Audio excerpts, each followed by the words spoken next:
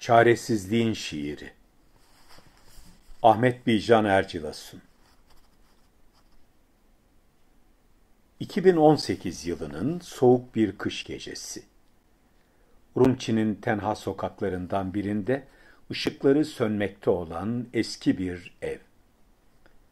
Abdülkadir Celaldin çalışma masasından yeni kalkmış, yatak odasının son ışığını da söndürüyor. Son günler ne kadar sıkıntılı geçmiş olursa olsun, yatağında az da olsa huzur bulacak. Belki de çocuklarıyla ilgili azatlık rüyaları görecek. Fakat o kahrolası tokmaklar işte onun da kapısını dövüyor. Zavallı eski ve köhne ev yıkılacakmış gibi. Komşu evlerin ışıkları sönüyor. Uykuya yeni dalmış olanlar gözlerini kırpıştırarak açıyorlar. Fakat elleri lambaların düğmesine gitmiyor. Evler karanlık, pencereler kapkara. Abdülkadir yavaşça açıyor kapıyı ve kendisini bir karanlığın içinde buluyor. Kara bir çuvalın içine sokulmuş başını kımıldatmak istiyor ama tokmaklar iniyor başına. Bir arabanın içine itildiğini fark ediyor. Son işittiği ses bir motor sesidir. Abdülkadir'in gözleri karanlığa zorlukla alışıyor. Soğuk, kara ve yalnız bir odanın köşesine atılmıştır. Nice Uygur'un başına gelen işte onun da başına gelmiştir. Demek ki günlerden beri söylenenler doğruymuş. İnsanların birer birer kaybolduğuna dair söylentiler doğruymuş. Babalarından haber alamayan çocuklar, kocalarından haber alamayan eşler doğruymuş. İşte şimdi Abdülkadir'den de haberleri olmayacak. Nereye götürüldüğünü, nerede olduğunu kimse bilmeyecek. Aslında bu tek bir olay değildir. Dünyanın unuttuğu Kaşgar'da, Hotan'da, Aksu'da, Urumçi'de, Turfan'da bir süreden beri bu olaylar yaşanmaktadır. İnsanlar beklemedikleri bir anda evlerinden, iş yerlerinden alınmakta, kamplara ve hapishanelere doldurulmaktadır.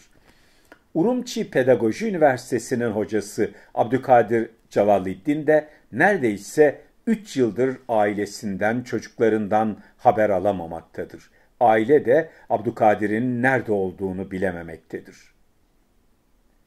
Abdülkadir bilim adamıdır. Ama aynı zamanda şairdir. 3 yılın hasreti yüreğine işlemiş, hatta kemiklerini delip geçmiştir. Bir şiir yazar, belki bir gazete parçasına, belki de ekmeklerin sarıldığı bir kağıda. Ve o kağıt her nasılsa uçup çıkar hür dünyaya. Şiir kanatlıdır. Dünyanın unuttuğu yerlerden, dünyanın bir türlü işitmediği acılardan haber uçurur bir yerlere. Kanatlıdır şiir, yüreklere konar, dillere konar. Güzel Uygur kızı Mukaddes Micit'in dilinde hayat bulur. Mukaddes Hanım şiiri sakin yüzüyle fakat yüreğinin titreyen telleriyle dillendirir. Bir bulunda yeganimen nigarım yok. Kiçileri kara bastı, tumarım yok. Bu hayatın özge yeme humarım yok. Cimcitlikta hıyal ezdi, amalım yok. Bir köşede yalnızım, sevdiğim yok. Geceleri kara bastı, tılsımım yok. Bu hayattan başka hiç isteğim yok. Sessizlikte hayaller ezdi, çarem yok. Men kim idim, nime boldum bilel midim? Kimge değmen dil sözümlü diyel midim? Ya peleknin huy peylini sizel midim? Yar kışınge baray değmen, kararım yok. Ben kim idim, ne oldum, bilemedim. Kime diyeyim yürek sözümü, diyemedim. Belki de feleğin işini sezemedim.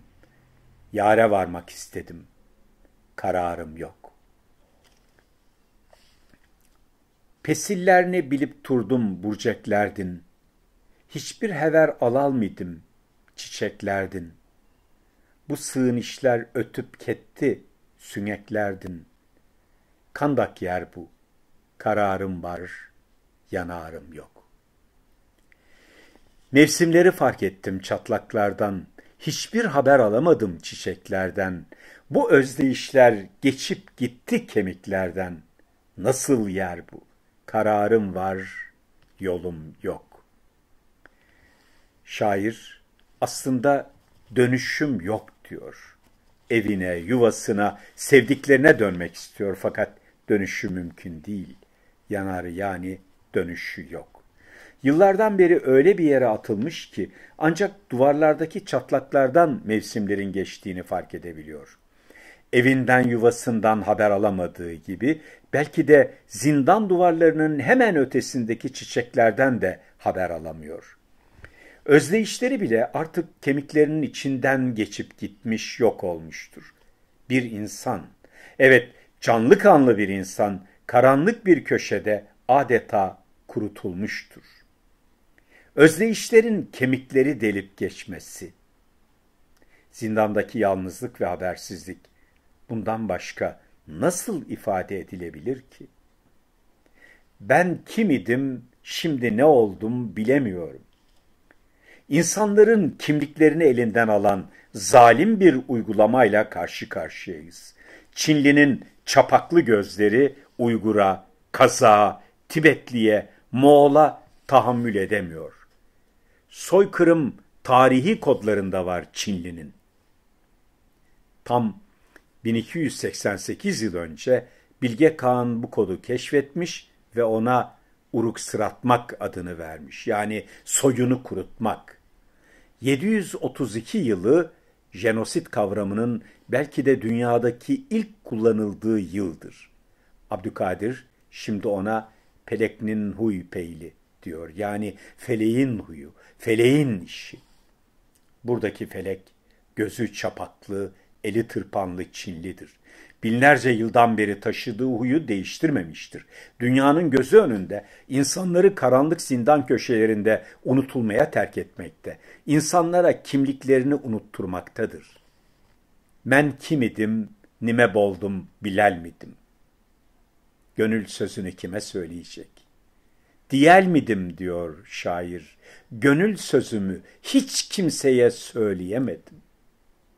Allah'ım, bu nasıl yer? Bu nasıl bir karanlık? Bu nasıl bir yalnızlık? Kandak yer bu. Dünyada böyle bir yer var mı? İşte orada, Kaşgar'da, Urumçi'de, Turfan'da. Artık hayal de kuramıyor şair. Hayalleri altında ezilmiştir. Böyle bir şey olabilir mi? İnsanın hayallerinin bile yok edildiği bir yer olabilir mi? Öyle bir cimcitlik, öyle bir sessizlik ki sadece hayatını kurtarmak istiyor şair. Hiçbir emeli, hiçbir arzusu, hatta hiçbir hayali yok. Özlemleri zaten kemiklerini delip geçmiş. Böyle dese de Abdülkadir, onun duyguları tortop olup bir kara deliğe dönmüş ve işte uzayın boşluklarından dünyamızın öte yanındaki sağır kulaklara ulaşmıştır. Şiirin adı Yanarım Yok. Bence bu şiir 21. yüzyılın şaheserlerinden biridir. 21. yüzyıldaki Çin zulmünü, Çin soykırımını dünyaya duyuran, geleceğe aktaran bir şaheser. İnsanlığın ölmediğini, duyguların öldürülemediğini, şiirin hala nefes aldığını gösteren bir şaheser. Hür dünyadaki Uygur teşkilatları bu şiiri yaymalı ve hatta Abdülkadir Celaleddin'i Nobel'e aday göstermelidir. Evet, zulüm ve karanlık bitmedi. Fakat duygular da bitmedi, şiir de bitmedi. Şairin dönmeye yolu yoksa da yanarı, yoksa da şiiri yaşamaya devam ediyor. Dil sözünü işittim Abdülkadir, dünyamı işitudu dep umarım, ümidim var.